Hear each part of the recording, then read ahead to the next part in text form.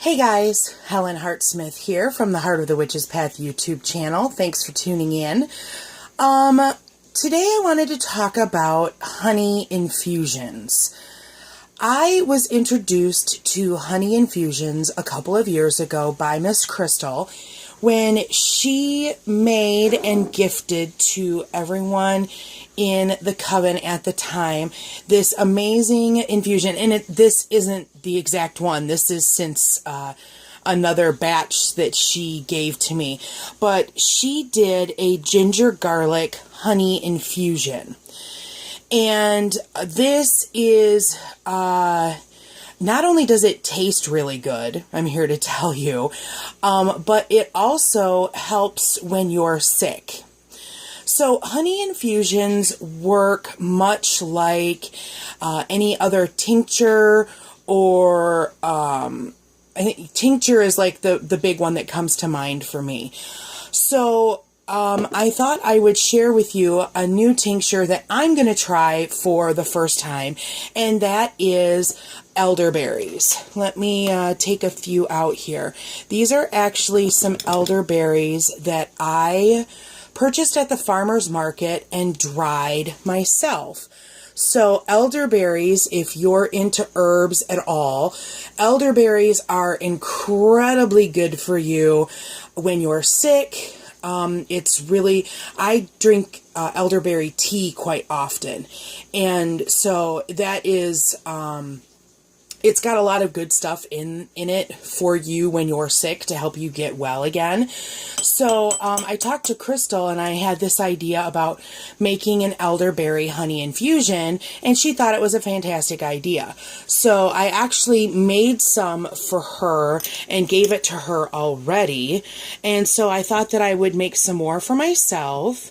And I think I have well, guys, Kathy's birthday is coming up. So, surprise, surprise to her, I'm going to make her a little infusion here too, so that she can have it for the winter time. Because you want to treat this just like any other infusion. You want to put about half of your container with your material, like we've got here. This is a little 4-ounce bottle, or a 4-ounce jar. I bought this from my local store. It's canning season, so these are really available right now, and they're pretty much available all the time.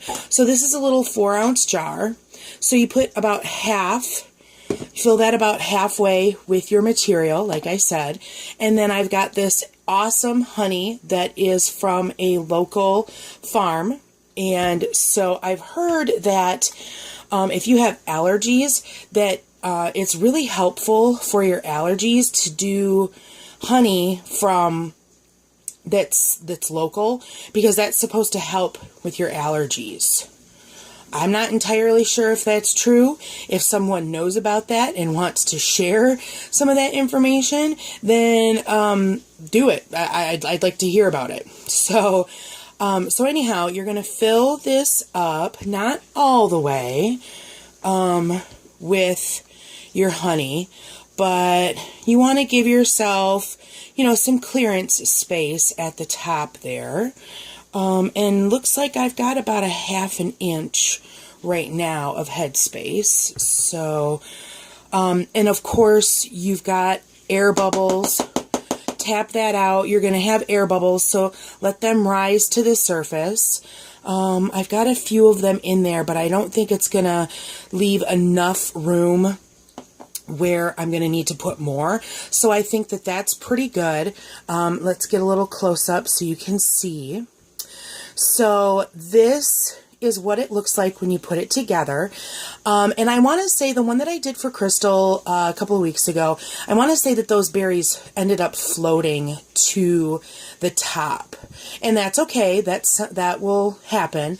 And so you want to let this sit for 6 weeks before using it, so that it gives the elderberries a chance to really infuse with the the honey so that it's ready for use. Now, I can't wait to try this because, like I said, this is a new idea for me, although I think other people have probably done it. Now, when you do, if you are interested in doing garlic and ginger, I believe what Crystal did is she had probably, I don't know, about a half a dozen cloves of garlic and slices of fresh peeled ginger is what she put in here. And yes, you can see I've got some solid honey at the bottom down there, and that's really easy to take care of. Just put some water in a pan and boil it and let that sit in there, and that will liquefy back up for you. I don't know if anybody's had any experience with that, but you can do that. So what you do after your 6 weeks is you pull out your material, in this case, you pull out the elderberries. Just use a spoon and scoop them out, okay? Now let's talk about how to use it. You could dip a spoon in there and take it by the teaspoon if you wanted. You could also add it to tea. And some of it might taste good, some of it might not taste good. I think that the elderberry infusion is probably going to be a little bit friendlier to add into teas. The garlic ginger I never put into a tea because that's more of a savory flavor and just didn't work in teas for me. What I did for this one, and what you could do with any of them, is you could put them on toast. And so when I was sick, I would do that, and it's delicious, and it was helpful, and so that's why I thought I would share this with you. So there we have our elderberry honey that is infusing now as we speak. Ginger garlic is another option. And so if anybody's done anything like this and tried it, I'd love to hear about it and hear how it worked for you. So please comment below. If you found this video helpful, please give it a thumbs up. And if you haven't done so already, please subscribe to the channel. We love to have you back here at the Heart of the Witch's Path. Let me know if there's any videos that you're looking into. I've got some subjects that folks have asked about that I'm trying to prepare some stuff. So keep tuning back in, and thanks for walking the path for a little while with me. Until next time, blessed be.